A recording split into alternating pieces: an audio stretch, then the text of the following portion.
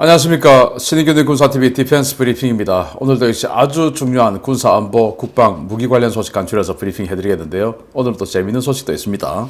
자, 그런데 중국은 정말 서해 아주 더럽게 만든 그런 중국이 이제 서해에서 우리 대한민국 해군 그리고 대한민국의 영해를 아주 위험하게 만들 것 같은 그런 무기체계가 등장했습니다. 이거 정말 심각하게 우리가 대처해야 되는데요. 알아보겠고, 그리고 영국과 캐나다가 정말 희한한 이걸 가지고 동맹을 과시하고 있는데 한번 보겠습니다. 첫 번째입니다. 인도태평양 해외 배치 임무를 수행 중인 영국 해군 퀸 엘리자베스 항공모함에서 심각한 보급 문제가 발생했고, 캐나다가 구원투수로 등장해 영국이 감동의 물결에 휩싸였다는 소식입니다. 영국 언론들은 영국과 캐나다의 끈끈한 동맹관계가 재확인되었다는 기사를 쏟아내고 있습니다. 서태평양 일대에서 작전 중이던 영국 해군 퀸 엘리자베스 항공모함이 태평양 한가운데에서 중대한 보급 문제가 발생했지만 함께 작전했던 우방국인 캐나다 호위함 함장이 이를 해결해 주어 화제가 되고 있다고 영국 퍼스머스 뉴스가 현지 시각 10월 12일 보도했습니다. 이번 사건은 지난 9월 말 영국과 일본, 캐나다, 미국 등 4개국 연합함대가 필리핀에서 연합훈련을 실시하던 중에 발생했는데요.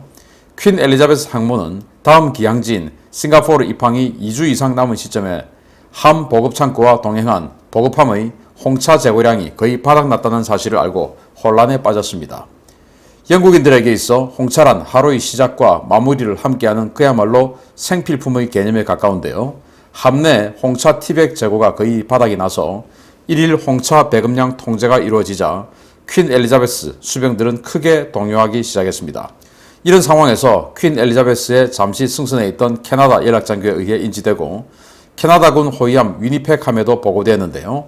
캐나다 호위함 함장은 친선 목적으로 헬기를 타고 호위함에 잠시 승선한 영국 항모 타격 전단장 스티브 모어하우스 제독에게 수천 개의 홍차 티백이 담긴 박스를 건넸습니다.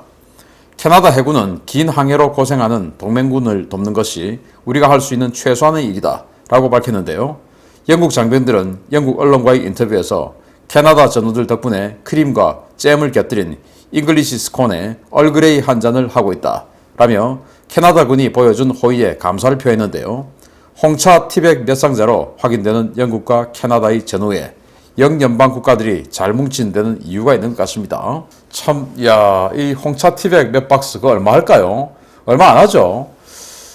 그런데 이걸 가지고 정말 큰 민간도 아니지, 큰 군사 외교를 한 것 같습니다. 영국은 뭐 이렇게 제가 조사를 해보니까 영국 국민들 평균 하루에 한 넉 잔 정도의 홍차를 마신다고 해요. 눈 뜨고, 그리고 식사 후에, 또 오후에, 그리고 일과 마칠 때. 뭐 이런 식으로 하여튼 하루에 최소 넉 잔 정도는 마신다고 하는데, 당연히 퀸 엘리자베스 항모 정도 되면은 넉 잔 정도의 재고에 맞춰서 굉장히 많은 여유분 홍차를 가지고 있어야 되겠죠. 그거 안 마시면 스트레스가 쌓인다고 하니까 스트레스 푸는 굉장한 중요한 아이템이니까 당연히 실어야 되겠죠. 여기 없으면 따라다니는 보급함에도 실려 있어야 되겠죠. 그런데 괌에 기항했다가 나와서 이제 이 캐나다하고 일본, 영국, 미국 이런 식으로 합동 군사훈련을 하고, 여기 일본은 카가함, 이세함 이렇게 두 척의 항모, 카가, 이세 둘 다 헬기 항모 아니겠습니까? 카가는 나중에 F-35로 개조가 되는 항모가 진짜 항모가 되는데, 아무튼 이렇게 대규모 연합훈련을 하고 이제 좀 나머지 함들은 인도양 벵골만으로 들어가서 또 인도 해군하고 같이 연합해서 지금 말라바르 2021 훈련하고 있죠. 그런데 퀸 엘리자베스 항모는 다음 향지는 싱가포르예요. 지금 싱가포르에 있습니다. 그런데 싱가포르 가려면 2주 남았는데 지금 갑자기 하루에 넉 잔이 아니고 티백 통제가 이루어지네? 왜 통제 이루어져? 지금 모자란데 라고 하니까 수병들이 그럼 어떻게 돼? 예를 들어서 우리 한국인들 지금 아메리카노 커피 굉장히 좋아하지 않습니까? 저도 아메리카노 커피 하루에 최소 석 잔 이상을 마시는데, 이걸 어느 날 갑자기 하루에 한 잔만 먹어 라고 하면 이 정신적 스트레스가 어마어마할 것 같아요. 그런데 이제 마찬가지로 영국인들은 이제 그랬던 것이죠. 그러던 중에 당연히 캐나다 호위함 위니펙함이 있으니까 거기에 연락장교가 퀸 엘리자베스 승선에 있는 것이고, 그러니까 퀸 엘리자베스에 있는 그 연락장교가 이 상황 아는 것이고, 자기 함에다가 함장 아마 중령일 겁니다. 보고를 했을 것이고, 그래서 함장은 인지를 하고 있어요. 이러던 차에 이제 퀸 엘리자베스 항모 전단장이 동맹국이니까 거기에 이제 또 같은 또 영연방국이니까 거기 한번 격려차 여기서 헬기를 타고 위니펙함 즉 호위함으로 옮겨간 겁니다. 그래서 격려 한번 해주고 오려고 하니까 이 함장이 정말 이 중령하면 다 젊은 사람인데 센스가 좋아가지고 제동님 잠깐만요 하고는 이 타고 온 헬기에다가 홍차 몇 박스를 실어준 거예요. 수천 팩을. 그러니까 최소 한 3, 4일 이상의 여유분을 확보를 하게 된 것이죠. 그래서 이 승조원들이 정말 고맙다. 그래서 뭐 이걸 가지고 영국 언론들이 아주 호들갑을 떨고 있는 것이죠. 야, 역시 캐나다는 우리 동맹이야 라고 하는데 정말 이 젊은 함장이 아주 값싼 그런 아이템을 가지고 큰 역할을 했다라는 칭찬을 해주고 싶습니다. 우리에게도 이런 기회가 왔으면 좋겠는데요. 두 번째입니다. 서해를 통해 미세먼지와 중금속으로 오염된 폐수를 흘려보내며 이웃 나라인 대한민국에게 엄청난 해악을 끼치고 있는 중국이 이번에는 서해를 무장 드론으로 뒤덮을 준비를 하고 있다는 소식입니다. 정말 중국은 영원한 적이자 민폐 국가입니다. 중국이 랴오닝성 다롄 일대의 비밀 해군기지에서 무장 드론을 비밀리에 테스트하고 있으며 이는 중국의 무장 드론 대량 배치를 예고하는 것이라고 미 해군 연구소 뉴스가 현지 시각 10월 11일 보도했습니다.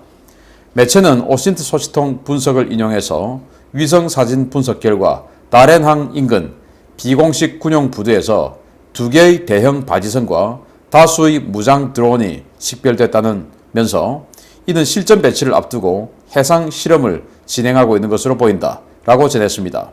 전문가들은 이 무장 드론이 자리, 즉 지앙수 오토메이션 리서치 인스티튜트, 즉 지앙수 자동화 연구소로 불리는 스텔스 무장 드론일 가능성이 높다고 보고 있는데요.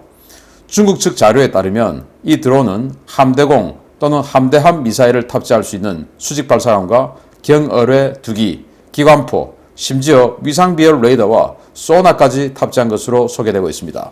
이 드론은 당초 공개되었던 자리 드론보다 더 커진 약 22m의 길이로 식별되고 있는데요. 스텔스 전체와 위상비열 레이더, 소나와 미사일을 탑재한 무장 드론은 단순한 항만 방어용이 아니라 초계 임무에 투입될 수 있는 스펙으로 평가되는데요. 이런 드론의 등장은 056 초계함과 이 스텔스 무장 드론을 이용해 서해 일대 연안 해상전에서 유무인 복합 체계를 구축하려는 의도를 가진 것으로 풀이됩니다. 미사일로 무장한 드론은 유사시에 대수상 타격전에서 상당한 위력을 발휘할 것으로 보이는데요. 멀지 않은 미래에 서해 바다를 뒤덮을 준비를 하고 있는 중국의 수상 전투 드론에 대한 대응책 마련을 서둘러야 하겠습니다.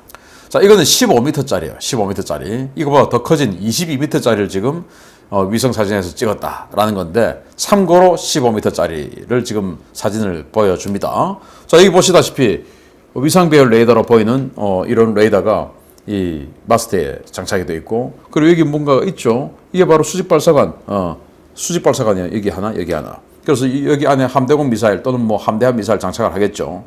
이런 식으로 그리고 여기 이제 사이드에 의뢰 발사관 이렇게 해서 대잠전 그리고 대함전 이런 것들을 할 수 있는 그런 능력을 가지고 있는 무인 전투정이다라는 것인데 지금 공군에도 세계 각국이 유무인 복합체계 경쟁 나서고 있죠. 우리 한국도 KF-X에다가 로얄 윙맨, 발키리 같은 이런 무인기 갖다 붙여가지고 KF-X가 지휘하고 무인기가 더 앞으로 진출해서 타격하고 이런 거 지금 우리도 추진하고 있죠.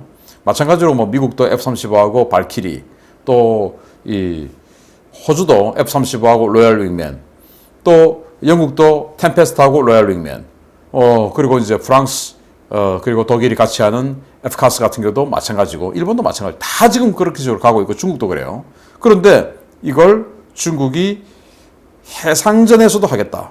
그래서 056 초계함이 연안 초계함 아니겠습니까? 056 초계함이 한 1,500톤 정도 되는데 그 056 초계함 하나가 이런 무인 수상 전투정을 한 3척에서 4척 정도 지휘하고 뭐 전투기 F-35가 발키리 4-5대 지휘하는 거하고 똑같은 거죠. 그렇게 해서 본함보다 자함보다 훨씬 더 전방에 추진시켜서 먼저 타격하고 먼저 요격하고 하는 이런 유무인 복합 전투를 하겠다라고 하는데 이거는 정말 당연히 앞으로는 이렇게 가야 됩니다. 그런데 우리 해군이 아직은 여기까지 지금 이렇게 실물을 만드는 단계까지 우리는 지금 안 왔는데 중국이 여기까지 빨리 진행하는 거 보고 참 부럽기도 하다라는 생각을 하고 우리 한국 해군도 지금 이렇게 유무인 복합 해상 전투 체계를 빨리 추진해서 만들 필요가 있다. 그래서 무인 수상정이라고 해서 뭐 반드시 작아야 될 필요가 없습니다. 저는 이렇게 22m짜리 이게 과거에 우리 한국 해군이 가지고 있던 제비급 미사일정 뭐 이런 정도 크게 되죠. 22m니까. 그래서 어느 정도 파고에 견딜 수 있는 내파성도 좀 되고 그래서 파고가 뭐 어느 정도 쳐도 나가서 전투할 수 있고 이런 정도 그래서 밑바닥도 아주 여트처럼 깊게 파가지고 덩치보다 훨씬 더 강력한 내파성을 가지게 해서 유무인 복합 전투 체계를 우리도 구축해야 되지 않나라는 생각을 하면서 중국이 이렇게 발빠르게 바다를 계속 지배하기 위해서 이렇게 노력하고 있는 모습 두렵고 한편으로는 부럽고 그렇습니다. 마치겠습니다. 감사합니다.